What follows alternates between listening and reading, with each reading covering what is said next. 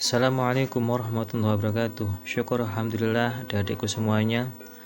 Mudah-mudahan sehat semuanya, mudah-mudahan diberi keberkahan oleh Allah Subhanahu wa taala. Mudah-mudahan diberi ilmu yang manfaat. Amin amin ya rabbal alamin.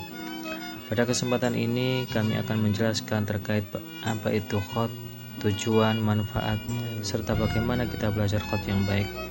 Sebelum kita memulai, maka sepatutnya kita membaca suratul Fatihah.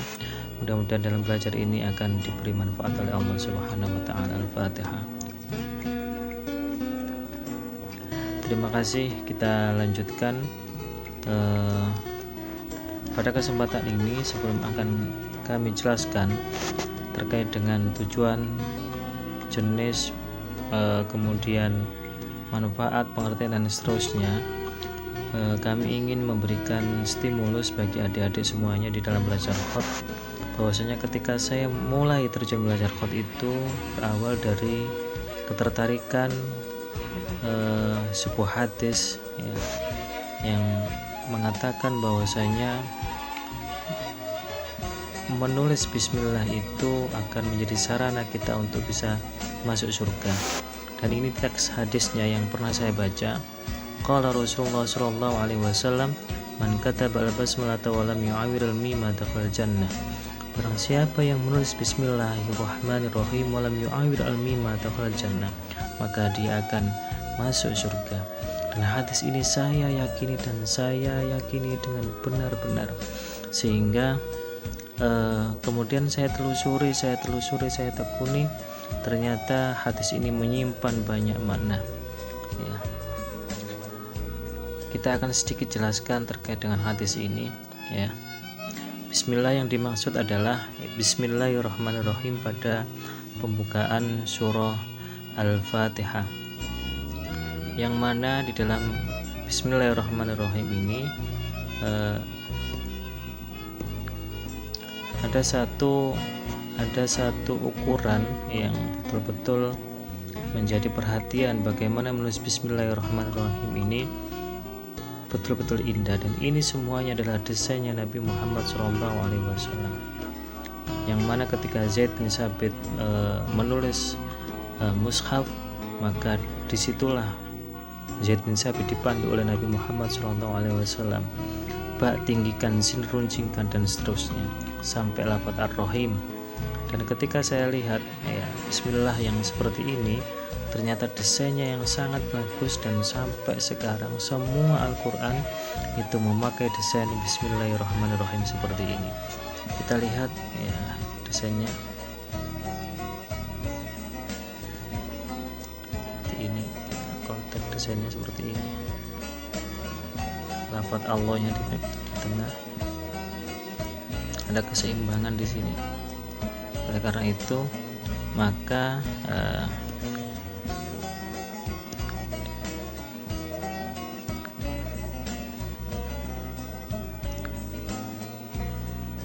ini dipanjangkan, ini juga dipanjangkan.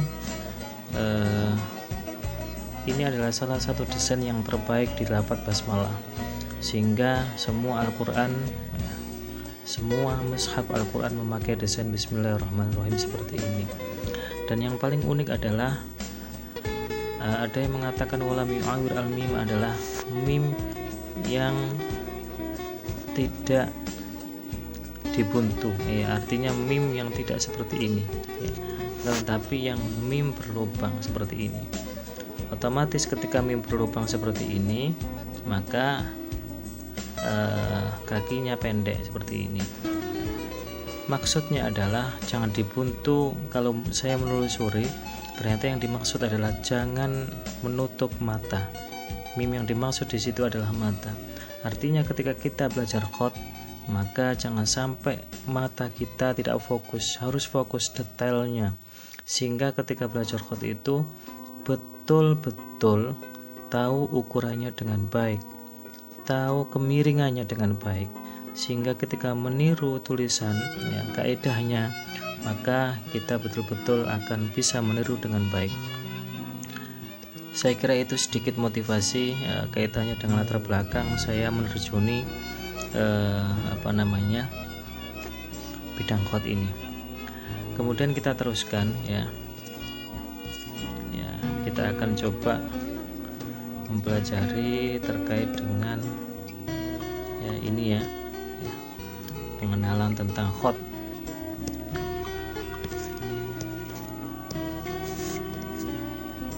Oke.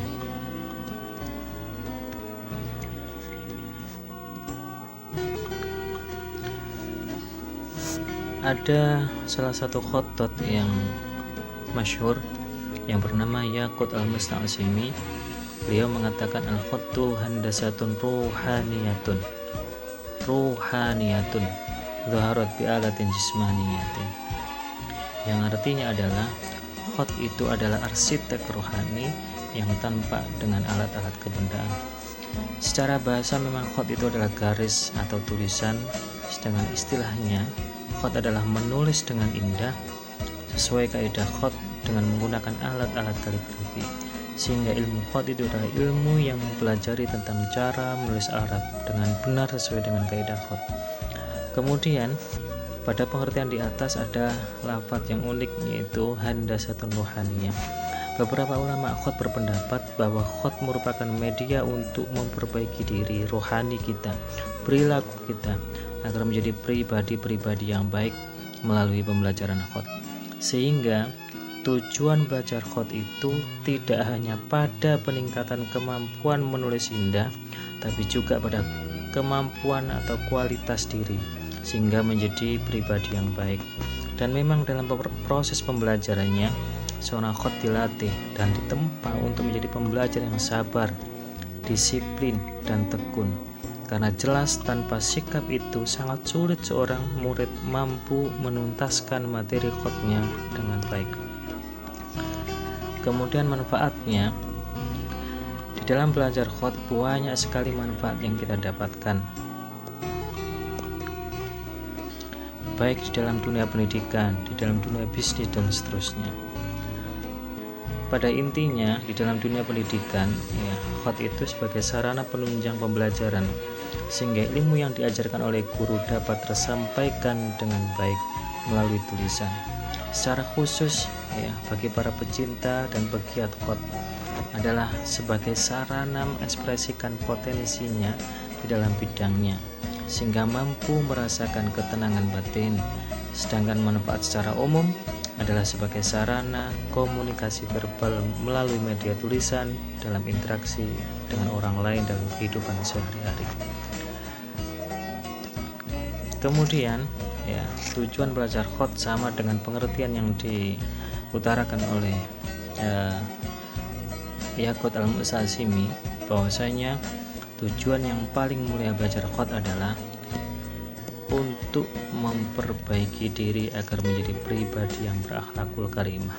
Selain tujuannya adalah untuk menulis indah ya, atau untuk menjadi khattat atau para khattatin.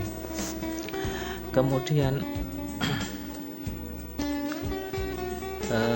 alat-alat yang biasa dipakai ya, alat-alat yang biasa dipakai ada tinta, ada pena, ada pemotong ya, ini pemotong pena, kemudian ada tempat tinta, tempat penanya, kemudian ini tempat tintanya, kemudian ada di sini ada kertas ya, kertas. Jadi pada intinya ada tiga, yaitu tinta ya, kemudian pena, kemudian kertas ya. Ketiganya ini sangat penting, sehingga ada satu teks hadis, yujawidul khattu idza stu'mila hibrun thayyibun wa qalamun mubarron wa qirtasun jaidun. Khat akan menjadi bagus bila tinta yang digunakan bagus, pena yang terpotong rapi, dan kertasnya juga baik. Artinya jika kertasnya bagus, penanya bagus, tintanya bagus, maka tinggal kualitas kemampuan seorang itu di dalam menulis. Jika kemampuan seorang itu bagus, maka otomatis akan bagus. Akan tetapi jika kemampuannya bagus tanpa ditunjang alat yang bagus, maka tidak akan bisa maksimal tulisannya. Oleh karena itu, adik-adik di dalam belajar khat harap dan sangat memperhatikan kaitannya dengan alat-alat kaligrafi. Kemudian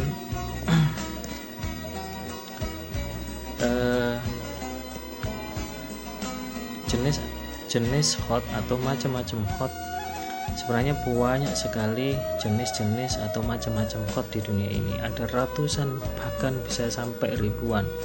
Akan tetapi yang paling masyhur ya, dan sudah diseleksi oleh para khattat, bahwasanya ada beberapa tulisan yang memenuhi unsur keindahan. Yang pertama adalah khat kufi ya, kemudian khat sulus, kemudian khat diwani, kemudian diwani jali, kemudian farisi, kemudian naskhi, kemudian rik'ah. Ketujuh khat ini mempunyai keindahan, kaidah yang sangat bagus, dan bisa dibilang ketujuh khat ini ada yang mengatakan masih saudara, artinya di dalam satu goresan-goresan setiap kaidah khat tertentu ini juga akan diulangi di goresan-goresan kaidah khat yang lain, kecuali di sini ada khat kufi ya, dan juga khat farisi. Ini sedikit dan sangat berbeda.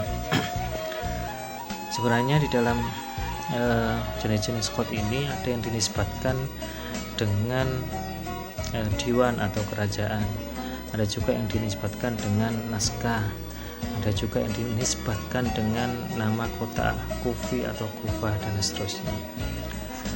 Saya yakin dari banyaknya khat ini kita bisa belajar banyak tentang banyak hal ya, keindahan, kaidah, struktur, proporsional dan seterusnya. Kemudian ya, yang terakhir adalah tokoh-tokoh khat ya. Ini menjadi salah satu kiblat atau mazhab yang bisa dikatakan kita ikuti dalam kita belajar khat, karena tanpa mereka lah kita tidak akan pernah merasakan dan bisa menulis bagus, karena mereka lah yang berjuang untuk menciptakan khat itu menjadi bagus. Di sini ada 4 tokoh khat yang masyhur. Yang pertama adalah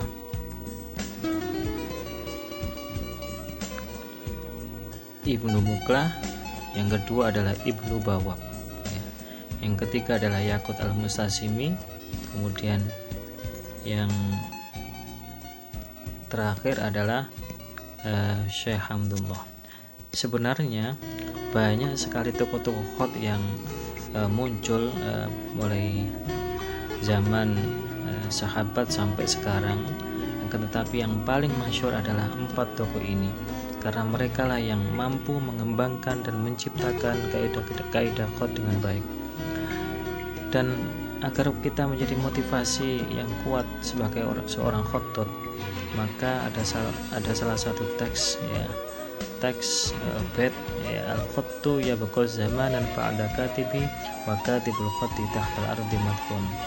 Kaligrafi atau khat itu akan abadi sepanjang masa sepeninggal penulisnya, meskipun penulisnya terpendam di dalam bumi.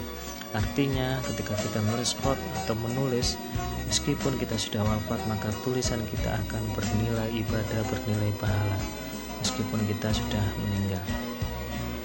Oke, kita jelaskan yang tokoh khat. Yang pertama adalah Ibnu Muqlah. Beliau bernama lengkap Abu Ali As-Sodr Muhammad bin Hasan bin Abdullah bin Muqlah, yang terkenal sebagai Ibnu Muqlah dan juga terkenal sebagai Imam Khattatin atau bapaknya kaligrafer. Ketika semua tulisan itu beredar di mana-mana dan hampir semuanya tidak terukur, maka Khattat Ibnu Muqlah ini membuat satu ukuran sehingga jangan sampai huruf satu dengan huruf yang lain ini tidak ada ukurannya dengan baik. Oleh karena itu Ibnu Muqlah merumuskan 3 unsur ya ukuran khot, yakni ukuran vertikal, titik, dan lingkaran. Seperti ini ya, lingkaran, titik, dan vertikal. Ini menjadi semua ukuran huruf. Misalkan ini ukuran alif, ini ukuran ba, ini ukuran jim, ini ukuran dal ya. Jadi itu salah satu yang diciptakan oleh Ibnu Mukalah di dalam mencoba untuk membuat satu ukuran kaidah khot. Selain itu beliau juga banyak sekali karya-karyanya. Kemudian yang kedua adalah Ibnu Bawab. Nama aslinya adalah Abu Hasan Ali bin Hilal. Beliau adalah seorang yang hafal Quran atau hafid, sekaligus di dalam hidupnya beliau sudah menuntaskan 64 mushaf. Andaikan beliau berusia 64 mushaf, 64 ya, maka hampir setiap tahun dia mampu menulis satu Al-Quran. Bayangkan 1 tahun menulis satu Al-Quran, luar biasa. Kemudian beliau juga mengembangkan gaya tulisan Raihani ya, gurunya adalah Muhammad bin As'ad, Muhammad bin Simsiman. Kemudian ada Syekh Jamaluddin ya, atau yang terkenal dengan Yaqut al-Musta'simi. Yaqut al-Musta'simi ini adalah seorang budak yang mana majikannya bernama al-Musta'simi. Karena kecintaannya pada khot, kemudian ya majikannya sangat senang sekali terhadap Syekh Jamaluddin tersebut, kemudian memberikan gelar al-Musta'simi di belakangnya. Beliau belajar pada guru Sofiuddin Abu Mu'min al-Umawi ya, yang paling masyhur ya, beliau menciptakan tulisan baru ala Yaquti dan juga mempelopori penulisan dengan pemotongan bambu miring ya, karena dengan bambu miring ini tulisan menjadi lebih fleksibel. Kemudian yang terakhir adalah Syekh Hamdullah ya, nama lengkapnya Syekh Hamdullah Al-Amasi. Beliau hampir menulis 47 mushaf ya. Beliau dianggap sebagai madrasah pertama dalam silsilah kaligrafi Turki Utsmani dan gurunya adalah Khairuddin Al-Marashi. Sebenarnya masih banyak tokoh-tokoh yang belum kami sebutkan. Setidaknya kita bisa mengenal dan mempelajari kontribusinya terhadap kemajuan khot sampai sekarang. Saya kira itu untuk permulaan bagaimana kita belajar khot, kemudian pentingnya, tujuan, manfaat, dan mengenal tokoh-tokoh khot tersebut. Terima kasih. Assalamualaikum warahmatullahi wabarakatuh.